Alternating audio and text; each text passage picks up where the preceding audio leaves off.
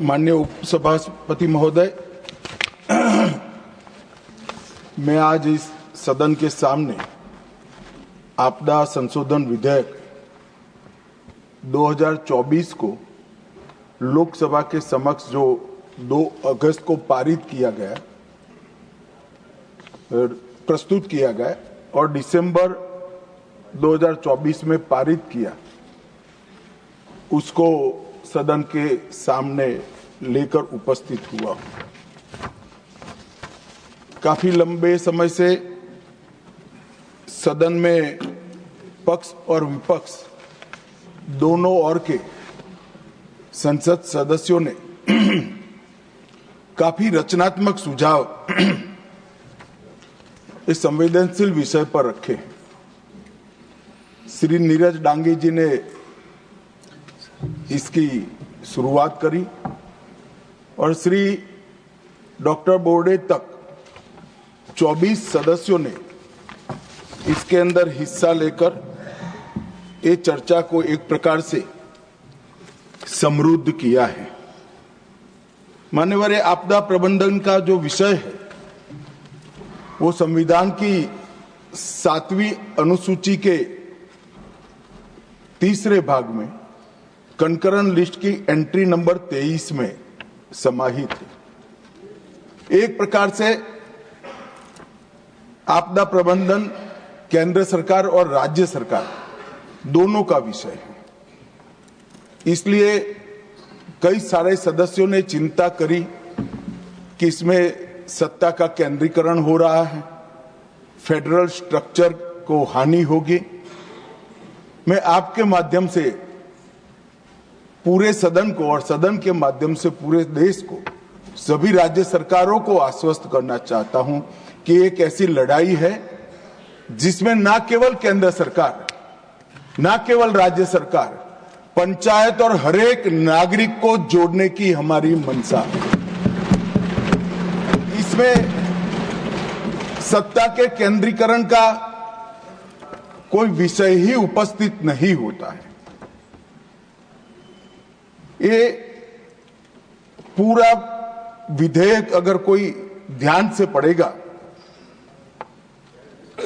तो हमारी आपदा प्रबंधन के लिए जो लड़ाई है, आपदा के खिलाफ लड़ाई है, वो लड़ाई को एक प्रकार से रिएक्टिव अप्रोच से आगे बढ़ाकर न केवल प्रोएक्टिव अप्रोच, इनोवेटिव अप्रोच और पार्टिसिपेशन करने वाले अप्रोच तक पहुंचाने का ये बिल में प्रयास है। मान्यवर, आपदा जोखिम निर्णीकरण के लिए देश के सम्माननीय प्रधानमंत्री जी ने 10 सूत्रीय एजेंडा जो विश्व के सामने रखा है, मैं बाद में आऊंगा, मगर मुझे कहते हुए आनंद है कि विश्व के 40 से ज्यादा देशों ने इसका स्वीकार कर लिया है, इसको अपना। न केवल राज्य सरकार और स्थानीय इकाई की सहभागिता, हम समाज की सहभागिता को भी इसमें अपेक्षित रखा है। राष्ट्रीय स्तर के साथ साथ स्थानीय स्तर पर प्लानिंग की इसके अंदर गुंजाइश रखी है और संस्थाओं की शक्तियों और कर्तव्य दोनों का स्पष्टीकरण किया है। कोई भी आपदा के सामने की लड़ाई जब तक संस्थाओं को एम्पावर न करे नहीं लड़ी जा सकती है और जब तक संस्थाओं को रिस्पॉन्सिबल ना करे तब भी नहीं लड़ी जा सकती। और ये विधेयक को कोई ध्यान से देखेगा तो ये दोनों करने का काम हमने इस विधेयक के अंदर किया है। मान्यवर, हम सब जानते हैं कि आपदा का सीधा रिश्ता जलवायु परिवर्तन के साथ, तो आपदा न आए ऐसी व्यवस्था करने का सबसे अच्छा तरीका तो ये है कि जलवायु परिवर्तन को हम संभाल कर रखें, ग्लोबल वार्मिंग की चिंता करें। और ये आज भारत में जो बात माननीय नरेंद्र भाई कर रहे हैं वो आज की नहीं है। हजारों वर्षों से भारत इस दिशा में आगे बढ़ रहा है। यज्ञों से प्रकृति को अक्षुण्ण रखने की बात हो या यजुर्वेद के अंदर वर्णित शांति पाठ, जिसमें शांति की जो कामना की है वो सिर्फ मानव तक नहीं रखी। पृथ्वी, जल, जड़ी बूटी, वनस्पति, पेड़ पौधे, पशु और वहां तक कि अंतरिक्ष तक की शांति की हम प्रार्थना करते हैं, क्योंकि जलवायु का संरक्षण। और ये हमारे यजुर्वेद के टाइम से, उस समय से, वेदकालीन समय से मनुष्य और प्रकृति का परस्पर संबंध को हमने स्वीकार किया है। और हमारी सरकार वही परंपरा को आगे बढ़ाने का काम कर रही है। मान्यवर, आपदा प्रबंधन के बारे में भी हड़प्पन सभ्यता हो या सिंधु सभ्यता, सब जगह पुरानी नगर रचनाओं को देखते हैं तो आपदा प्रबंधन के बहुत विशिष्ट प्रयास इसके अंदर इंगित हुए मिलते हैं। मौर्य साम्राज्य को भी पहली हाइड्रोलिक सभ्यता का अब सब लोग इसको स्वीकार करते हैं। हमारे यहां ये विचार नया नहीं है, परंतु जिस तरह से हानि हुई है वो हानि को परिपूर्ति करने के लिए परंपरागत उपायों के साथ साथ, पर्यावरण की देखरेख के साथ साथ हमने आधुनिक उपायों को, विज्ञान को और दुनिया भर की अच्छी प्रैक्टिस को अपनाने का खुला मन रखना चाहिए। ये जो मैं अमेंडमेंट लेकर आया हूं मान्यवर, वो इसी का उदाहरण है। 2005 में पहली बार आपदा प्रबंधन अधिनियम आया। इसके तहत एनडीएमए, एसडीएमए और डीडीएमए का गठन किया गया। अब जब मैं एनडीएमए कहता हूं तब नेशनल डिजास्टर मैनेजमेंट अथॉरिटी की बात है, SDMA state disaster management authority की बात है और डिस्ट्रिक्ट डिजास्टर मैनेजमेंट अथॉरिटी का गठन ऑलरेडी हो चुका है। अब ये चिंता व्यक्त की जा रही है कि पावर का केंद्रीकरण होगा। ये पूरे विधेयक को आप ध्यान से पढ़ोगे तो इम्प्लीमेंटेशन की सबसे बड़ी जिम्मेदारी डिस्ट्रिक्ट डिजास्टर मैनेजमेंट को है, जो राज्य सरकार के अधीन है। इसलिए कहीं पर भी फेडरल स्ट्रक्चर को नुकसान करने की संभावना ही नहीं।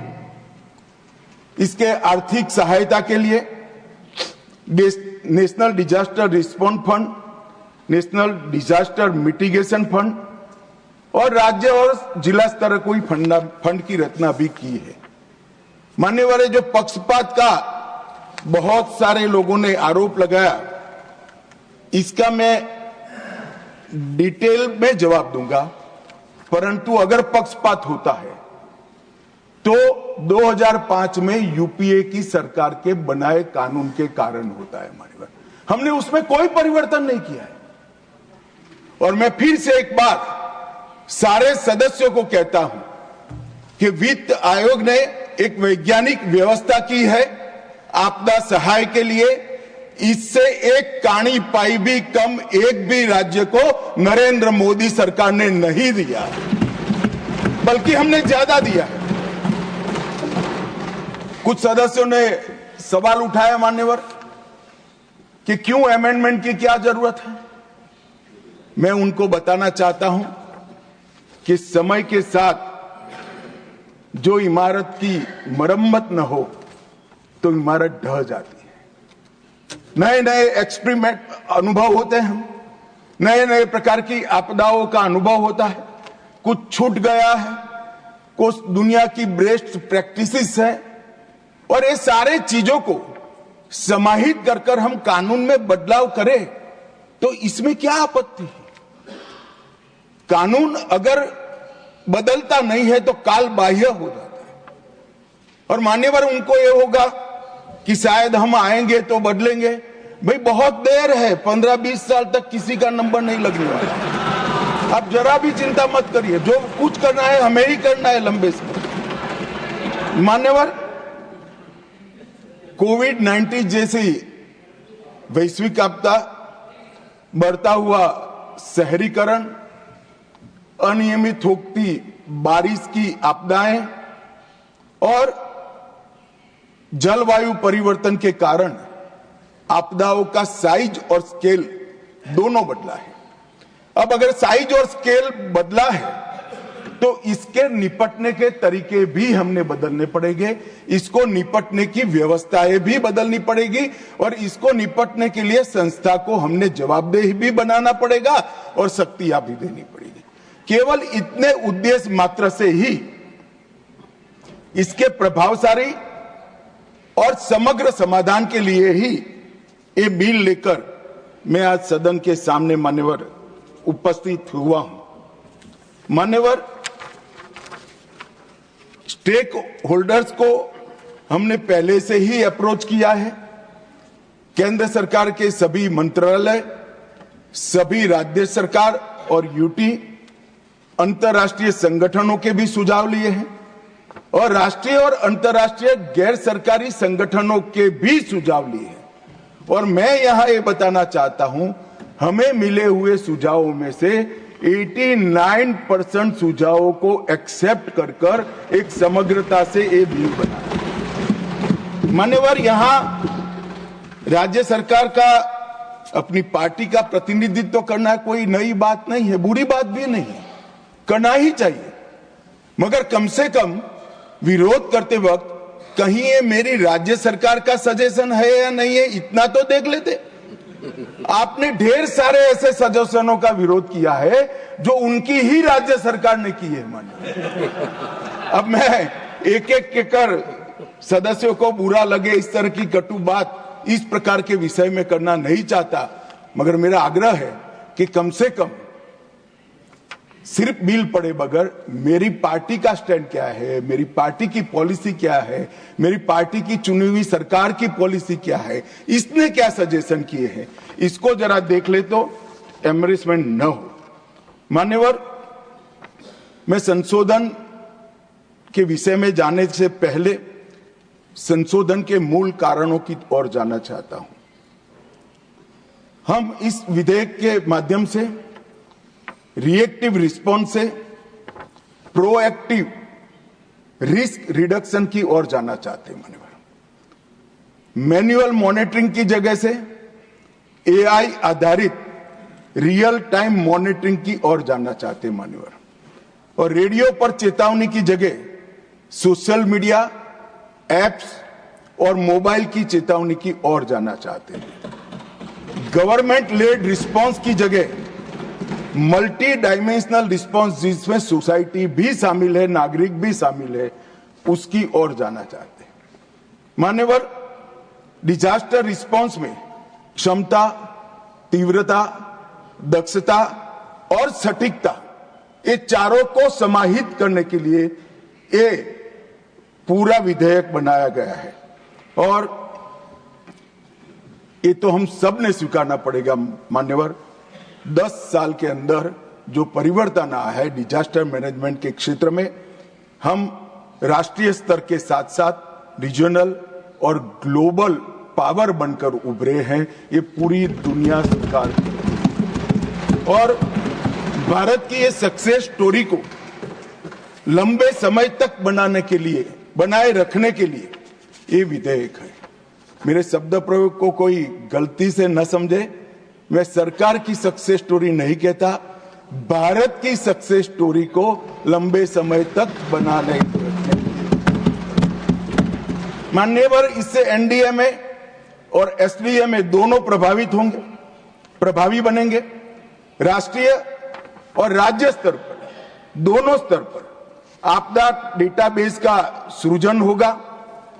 शहरी आपदा प्रबंधन प्राधिकरण के सृजन की कल्पना इसमें की है, जो पूर्णतः राज्य सरकारों के अधीन होगा। और 15वें वित्त आयोग की जो सिफारिशें हैं, इसका 100% इम्प्लीमेंटेशन के लिए भी इसका एक खाका बनाने के लिए ये वैधानिक ताकत एनडीएमए और एसडीआरएफ को देगा।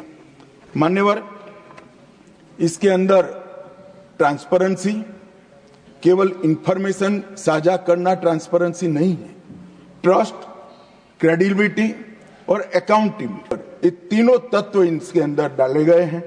रिस्पॉन्सिबिलिटी, केवल कार्यभार सौंपना नहीं है, well defined roles, full stop comma में भी कंफ्यूजन न हो, ऐसे वेल डिफाइंड रोल्स हमने किया है और साथ में नैतिक जिम्मेदारियों को भी डालना मान्यवर हमने काम किया है।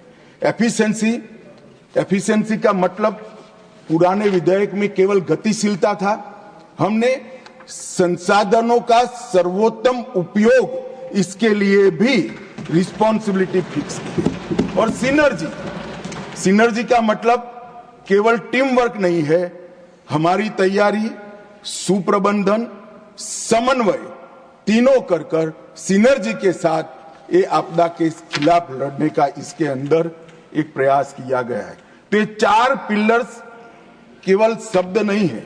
अब आप इसकी धाराओं को देखोगे तो जब मैंने कहा ट्रांसपेरेंसी, तो धारा 2 इसको विस्तृत किया गया है, जैसे आपदा प्रबंधन, स्थानीय प्राधिकरण, mitigation, disaster risk, evaluation, exposure, recovery, पुनर्वास, शहरी प्राधिकरण, ऐसे नए शब्दों को परिभाषित कर ट्रांसपेरेंसी को हमने सुनिश्चित किया है। और धारा 13 गैर आवश्यक प्रावधानों को भी हटाने का काम ट्रांसपेरेंसी के लिए भी हुआ है। कुछ सदस्यों ने मुद्दा उठाया था धारा 13 को क्यों हटाया, मगर धारा 2 में जो एडिशन हुआ इसके बाद 13 का कोई औचित्य नहीं रहता है। मान्यवर, रिस्पॉन्सिबिलिटी, जिम्मेदारी, इसके लिए धारा 3, 6 और 10 को लाए हैं, जिसमें एनडीएमए और एनईसी दोनों की रिस्पॉन्सिबिलिटी फिक्स करने का हमने मान्यवर काम किया है। धारा 18 और 22 ये भी रिस्पॉन्सिबिलिटी फिक्स करती है राज्य कार्यकारिणी समिति की, और धारा 56 लापरवाही और अवज्ञा के लिए अनुशासनात्मक कार्यवाही करने की शक्ति देती है, जिससे भी रिस्पॉन्सिबिलिटी फिक्स होगी। धारा 60A आपदा के दौरान निर्दोषों की अवहेलना करना और निर्देशों का संज्ञान न लेना, इसके लिए पेनल्टी का भी प्रावधान कर रिस्पॉन्सिबिलिटी को फिक्स करने का प्रयास किया है। तीसरा मैंने पिलर कहा एफिशिएंसी, कुशलता, धारा 5 जिसमें भर्तियों की प्रक्रिया सुनिश्चित की है। धारा 11 एनडीएमपी की तैयारी, समीक्षा और संशोधन की जिम्मेदारी एनडीएमए को सौंपी है। धारा 23 एसडीएमए की जिम्मेदारी तय की है। धारा 44A आपदा मोचन बल के गठन और एनेबलिंग प्रोविजन किए हैं। धारा 46 राष्ट्रीय आपदा मोचन निधि का अनुप्रयोग और इसको पारदर्शी बनाने की जिम्मेदारी इसमें तय हुई है। धारा 47 राष्ट्रीय आपदा संबंध निधि के अनुप्रयोग के बारे में है और 48 भी इसी के लिए है। और मान्यवर, सिनर्जी के लिए नई धाराएं 8A और 8B जोड़ी गई है। एनसीएमसी, एचएलसी को वैधानिक दर्जा दिया है। धारा 25 जिला आपदा प्राधिकरण डीडीएमए का गठन किया गया है। सिविल सोसाइटी संगठनों को इसके अंदर स्थान देने का हमने प्रबंधन किया है। 41A शहरी आपदा प्रबंधन प्राधिकरण यूडीएमए का गठन, जो नया विचार लेकर इस विधेयक के माध्यम से मैं आपके समक्ष उपस्थित हुआ हूं। तो मान्यवर, सभी जहां जहां सुधार किया गया है वो सभी सुधार ये 4 पिलर्स पर किया गया है। एक भी सुधार कोई भी प्रकार के सत्ता के केंद्रीकरण के लिए नहीं है। मान्यवर, इस 10 साल को पीछे मुड़कर देखते हैं तो एक और तो प्रधानमंत्री जी ने पर्यावरण के लिए भी ढेर सारे काम किए हैं। पर्यावरण के संरक्षण के लिए और आपदा प्रबंधन को भी बहुत आगे बढ़ा। पर्यावरण प्रबंधन पर, पर्यावरण के संरक्षण के लिए मैं बाद में भी बात करूंगा, मगर मैं कुछ बात जरूर अभी भी रख दूंगा। एक तरफ विश्व के सामने नरेंद्र मोदी जी ने केवड़िया कॉलोनी में मिशन लाइफ की बात की, तो दूसरी ओर 10 सूत्रीय आपदा जोखिम न्यूनीकरण का एजेंडा भी घोषित किया। एक तरफ प्रो प्लेनेट पीपल बनने के लिए एक निश्चित ठोस कार्यक्रम दिया, तो दूसरी ओर coalition for disaster resilient infrastructure विश्व के पटल के सामने रखा, जिसके 43 देश सदस्य बन चुके हैं। इंटरनेशनल सोलर अलायंस और ग्लोबल बायोफ्यूल अलायंस की शुरुआत की, भारत में ही इसका मुख्यालय बना, तो G20 सम्मेलन की मेजबानी कर डिजास्टर रिस्क रिडक्शन पर टास्क फोर्स का गठन भी किया। तो ये दोनों मोर्चे पर प्रधानमंत्री जी ने और उनके नेतृत्व वाली सरकार ने मुहिम तरीके से बहुत दूरदर्शिता के साथ काम किया है। एक और तो पर्यावरण के संरक्षण से डिजास्टर न हो भविष्य में, इसके लिए प्रयास करना, और दूसरी ओर जो डिजास्टर आ ही जाता है तो उसके सामने वैज्ञानिक तरीके से लड़ने की पूरी सुसज्जता भारत के गांव से लेकर दिल्ली तक करने की व्यवस्था माननीय नरेंद्र मोदी जी ने की। मान्यवर, मैं आज आपदा प्रबंधन के लिए गुजरात के योगदान को भी इस सदन के सामने रखना चाहता हूं। 2001 में भुज में आई विनाशकारी भूकंप की घटना ने न केवल गुजरात, पूरे देश और विश्व को झंझोड़ कर रख दिया। इतना बड़ा भूकंप भारत के इतिहास में, इतिहास की जो स्मृति है उसमें कभी देखा नहीं गया। माननीय, इसने झंझोड़ कर रख दिया। और उसमें हमने गुजरात में जब प्रधानमंत्री वहां मुख्यमंत्री थे, तब भारत में पहली बार क्लाइमेट चेंज डिपार्टमेंट की स्थापना गुजरात के मुख्यमंत्री नरेंद्र मोदी ने। गुजरात में जलवायु परिवर्तन कोष बनाया और 2003 में गुजरात में राज्य आपदा प्रबंधन अधिनियम लाया। मैं स्वीकार करता हूं 2005 में यूपीए सरकार लाई, मगर जो लाए इसका स्वागत हो भाई। 2003 में सबसे पहले देश में लाने का काम इस देश के प्रधानमंत्री, जब तत्कालीन मुख्यमंत्री थे, तब नरेंद्र मोदी।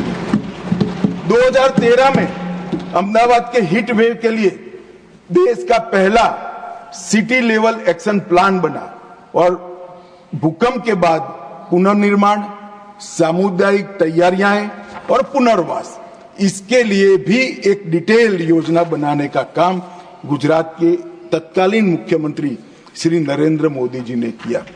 मान्यवर, यहां पर जब मोदी जी प्रधानमंत्री बने, राहत केंद्रीय दृष्टिकोण के जगह समग्र और एकीकृत दृष्टिकोण की शुरुआत की। रिएक्टिव की जगह प्रोएक्टिव अप्रोच लिया गया और मिनिमम कैजुअलिटी का जो लक्ष्य पहले रखा जाता था, इसकी जगह जीरो कैजुअलिटी का लक्ष्य रखकर आपदा प्रबंधन करने की शुरुआत। मान्यवर, आज सरकारें केवल आपदा के बाद राहत और बचाव कार्य को ही ध्यान नहीं रखती, प्री डिजास्टर कई सारी तैयारियां भी करी हैं। अर्ली वार्निंग सिस्टम, यथासंभव प्रिवेंशन, मिटिगेशन, टाइमली प्रिपेयर्डनेस और डिजास्टर रिस्क रिडक्शन, ये सारे क्षेत्रों में हमने बहुत अच्छा काम किया है। और इसका ही परिणाम है कि 1999 में जब ओडिशा सुपर साइक्लोन आया, तब 10,000 लोग मारे गए थे। 19 में चक्रवात फानी आया, तब केवल एक ही व्यक्ति की मृत्यु हुई है। और मान्यवर, 2023 में गुजरात में बिपरबिजोय तूफान आया, तब एक भी व्यक्ति, एक भी पशु की मृत्यु नहीं हुई। जीरो कैजुअलिटी का लक्ष्य 2023 में सिद्ध कर लिया। मान्यवर, चक्रवातों के कारण जानमाल के नुकसान में 98% की कमी आई और लू कि संबंधित मृत्यु दर में भी 70% से ज्यादा कमी लाने में हम सफल हुए हैं। मान्यवर, ये आर्थिक सहायता की बात करते थे। राज्यवार में जवाब देने जाऊंगा, मेरे पास सभी जवाब है, मगर राज्यवार देने जाऊंगा तो मान्यवर बहुत देर होगी। मैं एक ग्रॉस पिक्चर, एक ग्रॉस परिदृश्य आपके माध्यम से इस देश के सामने रखना चाहता हूं। 2004 से 14 में एसडीआरएफ रचना हो चुकी थी। एसडीआरएफ, इसमें एसडीआरएफ का बजट 38,000 करोड़ था और 2014 से 24 में 1,24,000 करोड़ रुपया। माननीय एनडीआरएफ जो शुद्ध रूप से भारत सरकार का पैसा, 2004 से 14 में 28,000 करोड़ था और मोदी जी के समय में 14 से 24 में 28,000 करोड़ से बढ़कर 80,000 करोड़ करने का काम, और टोटल करें तो 66,000 करोड़ से बढ़कर 2 लाख करोड़ से ज्यादा दिया है। अब ये लोग फरियाद कर रहे हैं हमारी, जिनके समय से 3 गुना पैसा हमने राज्यों को और केंद्र की निधि से दिया है। आप लोग फरियाद करें। अरे भैया, बोलने से पहले आपके समय का तो जरा स्टडी करो। आप करो न करो, आईने के सामने खड़े रहेंगे तो चेहरा जरूर दिखाई देगा। आपसे 3 गुना पैसा देने का काम भारतीय जनता पार्टी की सरकार ने किया। मान्यवर, इसके अलावे जो संरचनाएं कुछ उस वक्त थी नहीं, वो हम अस्तित्व में लाए। 250 crore national disaster response reserve बनाया। 2016 में पहला नेशनल डिजास्टर मैनेजमेंट प्लान जारी हुआ, जो पूर्णतः सेंडाई फ्रेमवर्क के अनुरूप है। 18-19 में Subhash Chandra Bose disaster management award की स्थापना की। नेशनल साइक्लोन रिस्क मिटिगेशन का पहला फेज उड़ीसा और आंध्र प्रदेश में 18 में किया। और जो कहते हैं कि सिर्फ एनडीए की चिंता हो रही है, उस वक्त उड़ीसा भी एनडीए नहीं था, आंध्र प्रदेश भी एनडीए नहीं था, दोनों हमारे शासित राज्य ने। मान्यवर, और जो अंतर मंत्रालय परामर्श टीम भेजी जाती है, एक जमाने में जाने में 6-8 महीना होता है। 2019 के बाद 2020 या 21 में गृह मंत्रालय ने निर्णय किया कि पहले जाकर इमीडिएट जायजा लेंगे और 5 वर्ष में 10 दिन के अंदर हमने 97 आईएमसीटी की टीमें भेजकर तुरंत सहायता करने का प्रावधान भारतीय जनता पार्टी की नरेंद्र मोदी सरकार ने किया है। मान्यवर, एनडीआरएफ की 16 बटालियन कार्यरत है। आज एनडीआरएफ का जो ड्रेस है, मैं कलर कहूंगा तो थोड़ा तकलीफ आएगी, मगर कह ही देता हूं, एनडीआरएफ के भगवे कलर के कपड़े देखकर लोगों को शांति होती कि ये आ गए, हम बच जाएंगे। और न केवल देश में, पूरे दुनिया में हमने एक काम किया है। और इसके अलावा मान्यवर, कुछ नए इनिशिएटिव लिए गए। भूस्खलन जोखिम प्रबंधन के लिए कार्यक्रम बनाया गया। ग्लेशियर लेड आउटबर्स्ट फ्लड, इसके लिए भी कार्यक्रम बनाया गया। नागरिक सुरक्षा और प्रशिक्षण क्षमता निर्माण का भी कार्यक्रम लिया गया। और मान्यवर, कई सारे एनडीआरएफ ने इंटरनेशनल अभियान भी किए हैं। मान्यवर, Honorable Home Minister, honorable members, we are clocking 6 p.m. today. If the House agrees, we may sit beyond 6 p.m. today till the disposal of the Disaster Management Amendment Bill 2024. Do I have the leave of the House to extend the sitting beyond 6 p.m.? Honorable Home Minister. धन्यवाद सभापति महोदय। NDRF ने वसुधैव कुटुंबकम की भावना को ध्यान में रखते हुए 2015 में ऑपरेशन मैत्री नेपाल के भूकंप में, 2018 में ऑपरेशन समुद्र मैत्री इंडोनेशिया में, ऑपरेशन दोस्त 2023 में, तुर्की और सीरिया में, ऑपरेशन करुणा म्यांमार में, ऑपरेशन सद्भाव वियतनाम में, तूफान त्यागी आया तब, और ये सब जगह के न केवल सरकार, उनकी जनता ने भी, ये सब देशों ने एनडीआरएफ की और मोदी जी की बुरी बुरी प्रशंसा की। मान्यवर, ये जो राष्ट्रीय स्तर पर हमारे आपदा प्रबंधन को स्वीकृति लाने का काम एनडीआरएफ ने किया है, मैं आज इस सदन के माध्यम से एनडीआरएफ के सभी जवानों को बहुत बहुत साधुवाद देना चाहता हूं।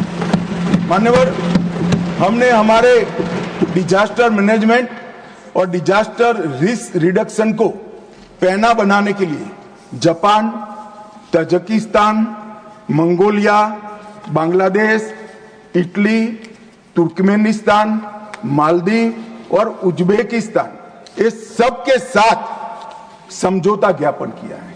इस सब की भौगोलिक परिस्थिति में कोई न कोई ऐसा डिजास्टर है जो भारत के अंदर भी संभव है, तो हमारे बेस्ट प्रैक्टिसेस का फायदा उनको पहुंचे और उनके यहाँ जो व्यवस्था है वो हमारे लिए लाने के लिए हमने ढेर सारा काम किया है।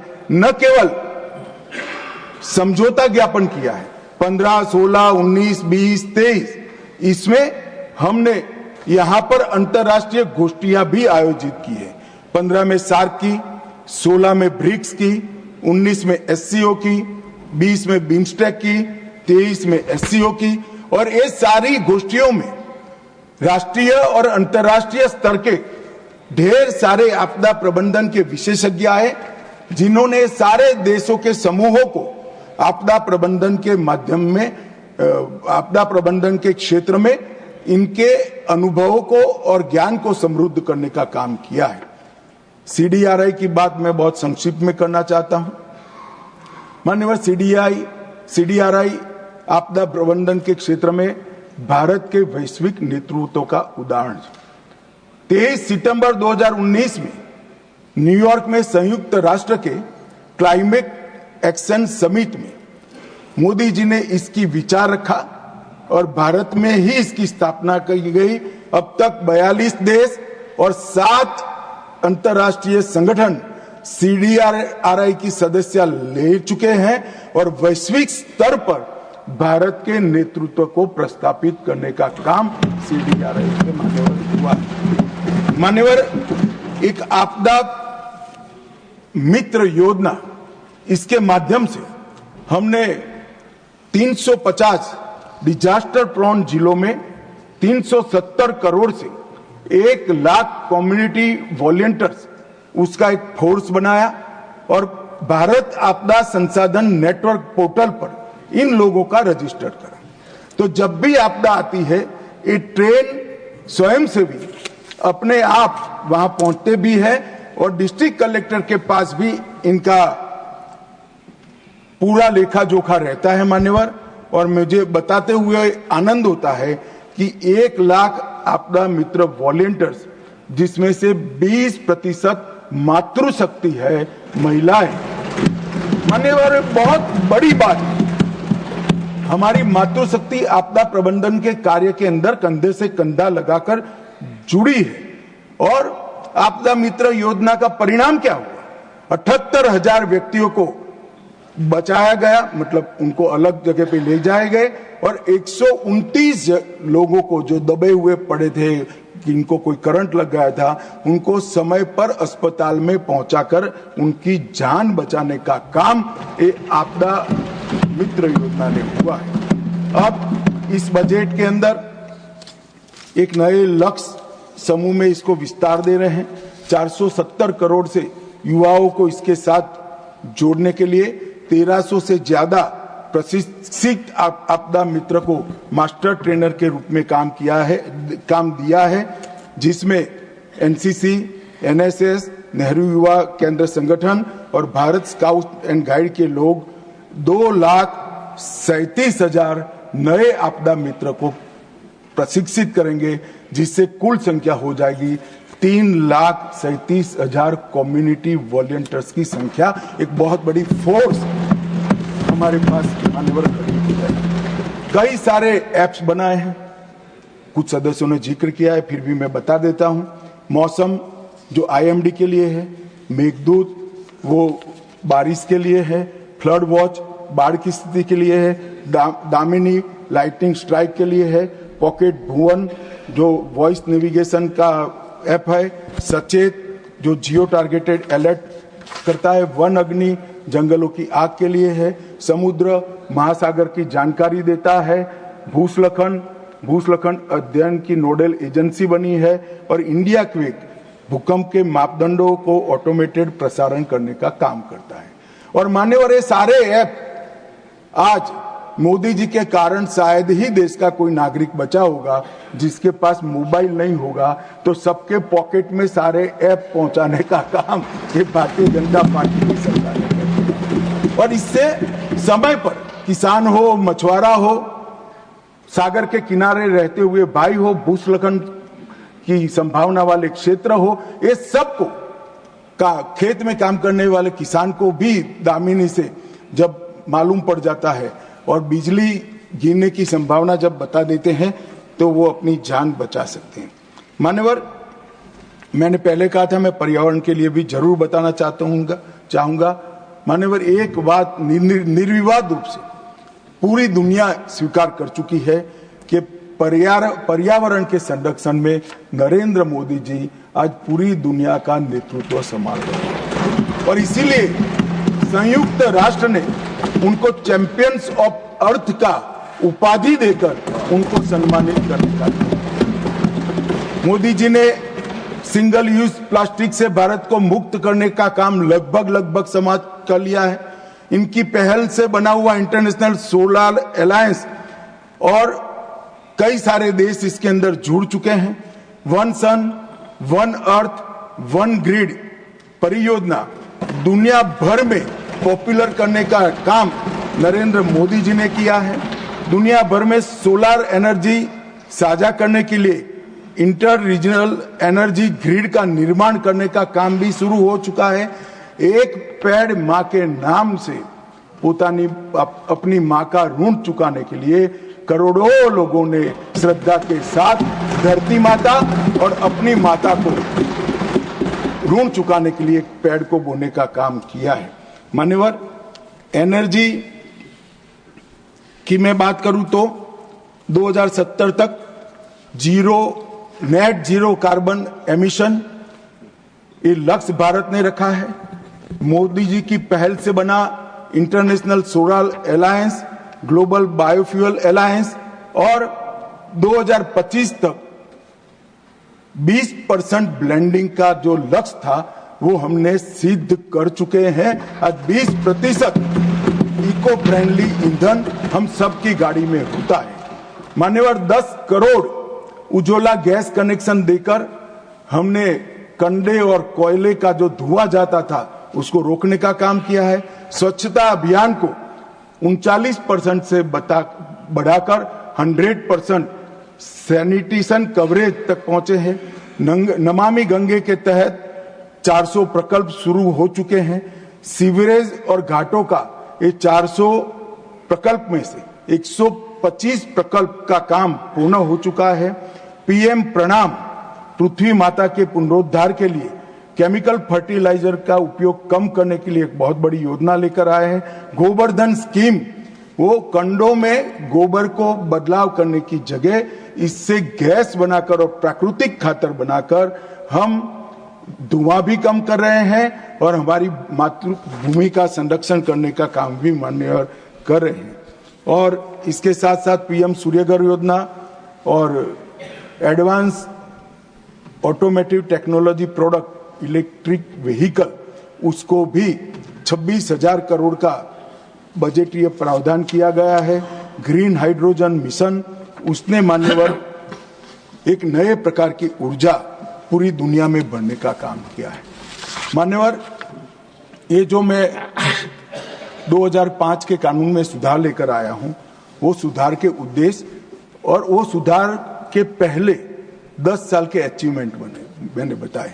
मैंने अगर चर्चा में कुछ चीजें आई है जिसका जवाब देना मेरे लिए बहुत जरूरी बन जाता है। मान्यवर, अब जिन जिन लोगों ने जिक्र किया है वो जरा मुझे धैर्य से सुने, ऐसा मेरा उनको विनती है। मान्यवर, 2019 का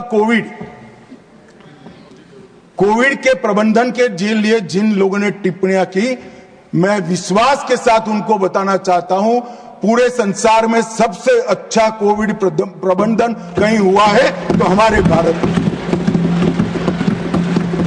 और इसका हर भारतीय को गौरव होगा। पूरा संसार आज उसकी बुरी बुरी प्रशंसा कर रहा है। मान्यवर, दुनिया में सबसे अच्छा मैनेजमेंट हमने करा। कोविड आते ही टीका बनाने की शुरुआत की। कई ऐसे रोग हैं कांग्रेस के शासन के अंदर, उसका बना हुआ टीका लगाने में 20-20 साल, 2-2 पीढ़ियां निकल गई। हमने एक ही 2 साल में टीका बनाया भी, 130 करोड़ लोगों को लगाया और 2-2 टीके लगाए। और टेक्नोलॉजी का इससे सटीक उपयोग जन कल्याण के लिए पूरे विश्व में मान्यवर कहीं नहीं हुआ होगा। मान्यवर, टेक्नोलॉजी का जो उपयोग हुआ, टीका लगाते ही आपके मोबाइल पर मोदी जी की हंसती हुई फोटो के साथ सर्टिफिकेट आ जाता था। कहीं सर्टिफिकेट लेने नहीं जाना है, आपका नंबर आते ही एसएमएस आ जाता था। टीका लगते ही आपका तबीयत ठीक है इसकी पृच्छा का एसएमएस आ जाता था, और दूसरे टीके का टाइम होते ही रिमाइंडर आ जाता था। मान्यवर, ये तभी संभव हुआ है जब ये हंसते थे कि टेक्नोलॉजी से क्या होगा, पेट भरेगा क्या? पेट ही नहीं भरा, जान भी बची है, ये आज आपको स्वीकार करना। मान्यवर, ऑनलाइन ट्रीटमेंट, मुझे बरोबर याद है मान्यवर, कई सारे एक्सपेरिमेंट होते थे क्योंकि इसकी कोई निश्चित ट्रीटमेंट ही नहीं थी। पहली बार दुनिया इस वायरस का सामना कर रही थी, ट्रायल एंड एरर चल रहे थे। कई सारी ऐसी दवाइयां, कई ऐसी ट्रीटमेंट जो सफलता प्राप्त करती थी, लोग तुरंत ही देश के साथ, दुनिया के साथ साझा करते थे। तज्ञ डॉक्टर इस पर बैठकर इसको सर्टिफाइड करते थे, इसको जारी करते थे।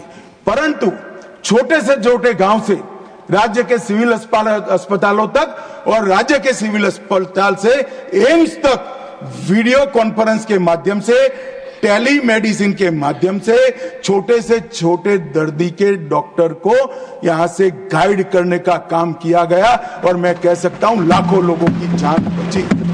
मान्यवर, 40 बार इस देश के प्रधानमंत्री ने राज्य के मुख्यमंत्रियों के साथ बातचीत की, इनकी पृच्छा की, और केवल प्रधानमंत्री नहीं, पूरा मंत्रिमंडल जो इसके लिए काम के साथ जुड़ा था वो बैठता था। कोई मुझे बता दे, किसी भी आपदा में, आजाद भारत में, कोई प्रधानमंत्री ने सभी मुख्यमंत्रियों के साथ 40 बार बात की हो तो वो बता दे। और आप फेडरल स्ट्रक्चर की बात कर रहे हो। कोई कह सकता है हमारे राज्य में टीका नहीं मिला? टीका तो हम सबको देते थे, लगाने में राजनीति होती थी, मोदी टीका कर कर लोगों को रोक रहे थे। और जब देखा कि ये तो अब काम में आने लगा है, चुपचाप अंधेरे में 2 टीके लगाकर घर में बैठे, ट्वीट भी नहीं किया, जनता को गुमराह कर। ऐसे आपदा के समय में मान्यवर, पूरी दुनिया में सबसे अच्छी लड़ाई हम लड़े, इसका कारण नेतृत्व है। नेतृत्व किस प्रकार से? नेतृत्व के कई प्रकार होते हैं। कोई अपने आप में विद्वान होता है, अभ्यास करता है, अच्छे भाषण कर लेता है, चुनाव जिताता है, उसको नेता मानते हैं। मगर मैं नेता मानता हूं क्योंकि हम सफल इसलिए हुए कि पूरी दुनिया में सरकारें कोविड-19 के खिलाफ लड़ रही थी। हमारे यहां केंद्र सरकार, राज्य सरकार और 130 करोड़ की जनता सभी लड़ रहे हैं। इसका नाम नेतृत्व होता है। आजाद भारत में एक भी उदाहरण नहीं है, कोई सरकारी नोटिफिकेशन के बगैर एक नेता ने वायु प्रवचन किया कि कल जनता कर्फ्यू है, कोई अपने व्हीकल लेकर नहीं जाएगा, और पूरा देश, एरोप्लेन बंद, रेलवे बंद, ट्रेन बंद, गाड़ी बंद। इतना बड़ा सम्मान किसी नेता के अपील को कभी नहीं मिला। हमने जब जनता कर्फ्यू निकाला, मखौल उड़ाते थे, थाली बजाकर जागरूकता लाने का काम किया, मखौल उड़ाते थे, दिया प्रगटाकर श्रद्धा व्यक्त करने का काम किया, ईश्वर से मदद मांगकर हमारी लड़ने की क्षमता का वृद्धि करने का काम किया, हमारा मजाक उड़ाते थे और अंत में क्या हुआ, जो मजाक उड़ाते थे वो खुद ही मजाक हो गए मान्यवर, और देश की जनता ने दूसरी बार नरेंद्र मोदी को चुनकर भेजा। मान्यवर, एक बात हुई पीएम केयर की कि पीएम केयर में कोई ट्रांसपेरेंसी नहीं है, ये नहीं है, वो नहीं है, ढेर सारे आरोप लगाए। लगाने में तो अब एक कल्चर बना है, आरोप लगाना और भाग जाना। परंतु मान्यवर, ये तो पार्लियामेंट है, स्ट्रीट नहीं है। यहां आरोप लगाओगे तो जवाब भी सुनना पड़ेगा। अब धैर्य से सुनिएगा। प्रधानमंत्री राष्ट्रीय राहत कोष कांग्रेस के शासन में बना मान्यवर, और पीएम केयर्स नरेंद्र मोदी जी के शासन में बना, एनडीए के शासन में बना। कांग्रेस के शासन में एक परिवार का ही नियंत्रण होता था मान्यवर। इसके अंदर कांग्रेस के अध्यक्ष सदस्य होते थे मान्यवर। कांग्रेस के अध्यक्ष सरकारी फंड में कांग्रेस के अध्यक्ष रहते। क्या जवाब दोगे देश की जनता को? ऐसा मानते कोई पढ़ता नहीं है, देखता नहीं है। हमारे यहां प्रधानमंत्री जी, रक्षा मंत्री, गृह मंत्री, वित्त मंत्री है, पदेन है। कल अगर हम नहीं रहेंगे, ऐसा होने वाला नहीं है, मगर नहीं रहेंगे तो आप अगर बैठो। हमने भारतीय जनता पार्टी के अध्यक्ष श्रीमान नड्डा को नहीं रखा है, हमने पदेन व्यवस्था की। अब सुनिए आप। अरे काफी कुछ है सुनने के लिए, बैठिए। मान्यवर, कोई पारदर्शिता नहीं थी। आप बैठिए ना, आप बैठिए। Nothing will go on record. He is not yielding. No. Honorable Home Minister. मान्यवर, एक सेकंड। हाँ, मुझे सुनिए ना। मान्यवर, मैं गलत हूं तो कल लिखित रूप में आपको दे दूंगा, नहीं तो ऑथेंटिक कर लूंगा। आप चिंता मत करिए।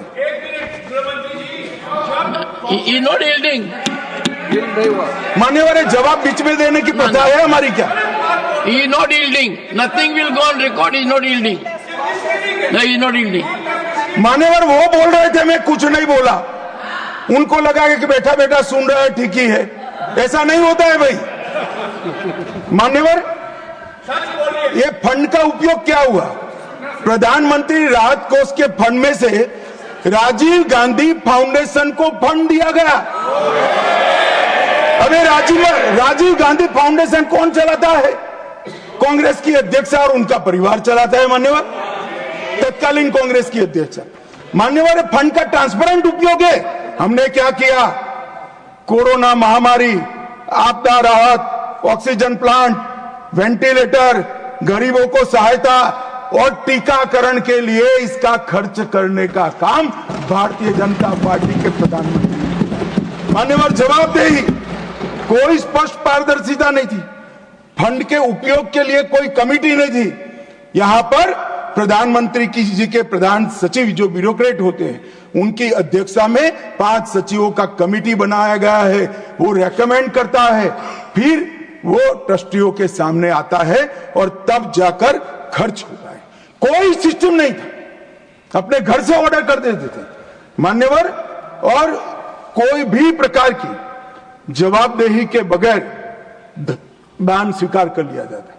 आज पूरे दान का रिकॉर्ड है और पारदर्शी ढंग से संचालित होता है। मान्यवर, हमने राहत कार्य के साथ साथ कई प्रकार के इनोवेटिव सहायता भी की है, और राजनीतिक हस्तक्षेप इसमें कोई नहीं है। सभी जनता के चुने हुए नुमाइंदे और सरकार के 5 प्रमुख पद पर बैठे हुए मंत्री ही इसके अंदर काम करते हैं, पार्टी का कोई नहीं। अब देश की जनता तय करे कि पारदर्शिता कहां है। आप पारदर्शिता के मामले में तो बोलिए ही मत। जीप कांड से लेकर बोफोर्स तक इतनी पारदर्शिता आपने बताई है, 2G तक, कि पूरा देश थक गया है देखते थे। 12 लाख करोड़ के घपले घोटाले भ्रष्टाचार किए, और तब जाकर वहां जाकर बैठे हो। मान्यवर, ये राजीव गांधी फाउंडेशन, इसके लिए भी बताने के लिए बहुत कुछ है, मगर मैं बता नहीं सकता, बताना नहीं चाहता, क्योंकि वो राजीव गांधी फाउंडेशन को सब पीएसयू भी फंड करते थे, कई कन्वर्जन करने वाले संगठन भी करते थे। जाकिर नाइक के एनजीओ से भी उसको 50 लाख का चंदा मिला था मान्यवर, और कई चीनी संस्थाओं ने भी पैसा दिया था मान्यवर। ये ट्रांसपेरेंसी की बात भारतीय जनता पार्टी के लिए करते हैं मान्यवर, कोई अधिकार नहीं है इस बात करने का मान्यवर। नीरज दागी जी ने कोविड विफल प्रबंधन का मुद्दा उठाया, इसके बाद उन्होंने क्या डीएम अधिनियम में कोई विशिष्ट आपदा सूचीबद्ध नहीं है। आपदा सूचीबद्ध करने का अधिकार राज्यों के पास है, अपने राज्यों के आपदा के प्रकार के अनुसार वो उसको सूचीबद्ध कर सकते हैं। और इन्होंने कहा कि हिंसा और दंगों का इसमें से निकाल दिया। मान्यवर, आपदा प्रबंधन और दंगों की हिंसा का क्या लेन देन, मुझे बताइए। ये क्यों विचार आता है? क्योंकि इनके राज्य में बहुत दंगे होते थे मान्यवर। आपदा प्रबंधन और दंगों का क्या लेन देन, कैसे कर सकते हैं? उचित ही किया है कि हमने नहीं किया है। एक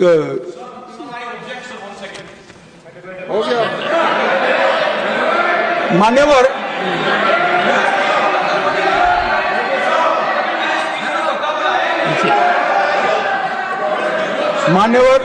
हो गया रीता बनर्जी एआईटीसी के, उन्होंने कहा कि हमें फंड कम दिया गया है। यूपीए सरकार जिसमें ममता जी थी, इससे 367% ज्यादा फंड भारतीय जनता पार्टी की सरकार है मान्यवर।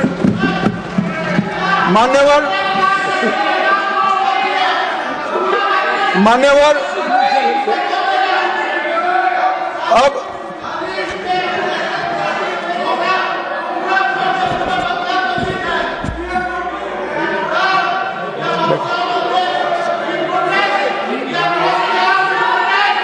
मान्यवर, उनको सुनना है क्या?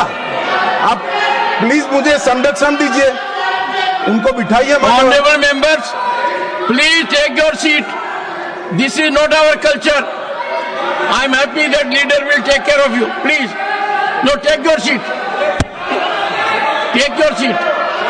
Okay, take your seat. I do not appreciate disturbance in the house.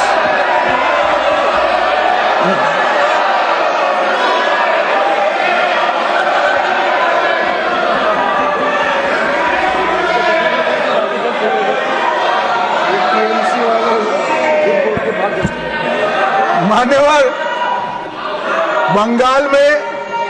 Bengal में सरकार बदली, पार्टी बदली, मगर वॉकआउट करने की परंपरा नहीं बदली। कम्युनिस्ट भी करते थे, ये भी करते हैं मान्यवर।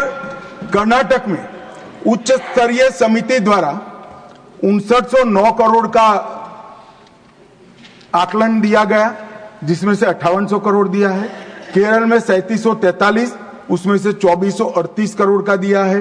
तमिलनाडु में 4817, उसमें से 4600 करोड़।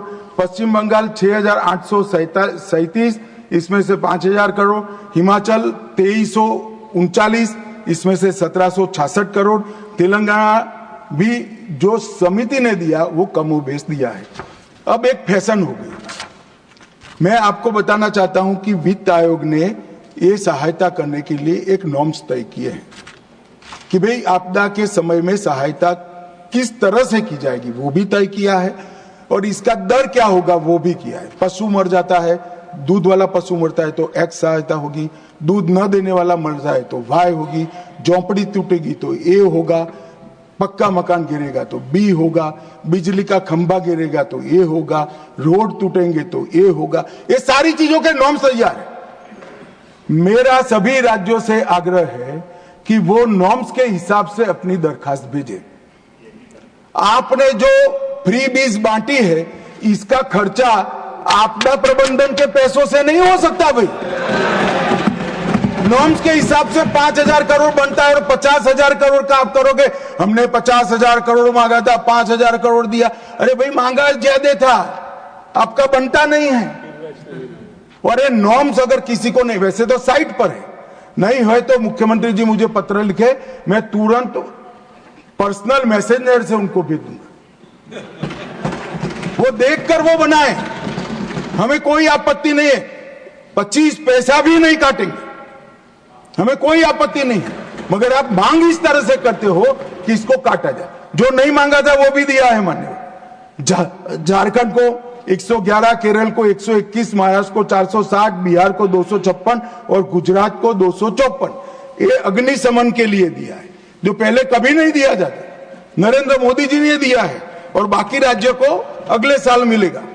मान्यवर, एक तमिलनाडु को दी हुई सहायता के बारे में बहुत आया। हमने टोटल 2028 करोड़ रुपया 19 से 24 के बीच में दिया है और भरपूर सहायता की है मान्यवर। इसके साथ साथ थम्बी दुराई जी चिंता कर रहे थे कि एक अलग प्रकार की आपदा आ गई है, शराब का फ्लड आया। थम्बी दुराई जी, आप इसका तो यहां रास्ता नहीं निकलता। मैं आपको विश्वास दिलाता हूं, एनडीए की सरकार बनेगी और शराब का फ्लड सूख जाएगा। 2026 तक राह देखिए आप बस। ये शराब का फ्लड और करप्शन का आंधी दोनों रुक जाने वाला है। मान्यवर, वायनाड के भूस्खलन के लिए भी बहुत सारे सदस्यों ने बात की। हमने आपदा को गंभीर प्रकृति की आपदा घोषित किया। एनडीआरएफ से तुरंत 215 करोड़ हमने भेजे। मलबा हटाने के लिए 36 करोड़ भेजे, जो अभी तक खर्च नहीं हुए। इसके अलावा आईएमसीटी की रिपोर्ट के आधार पर 153 करोड़ की हमने सहायता की।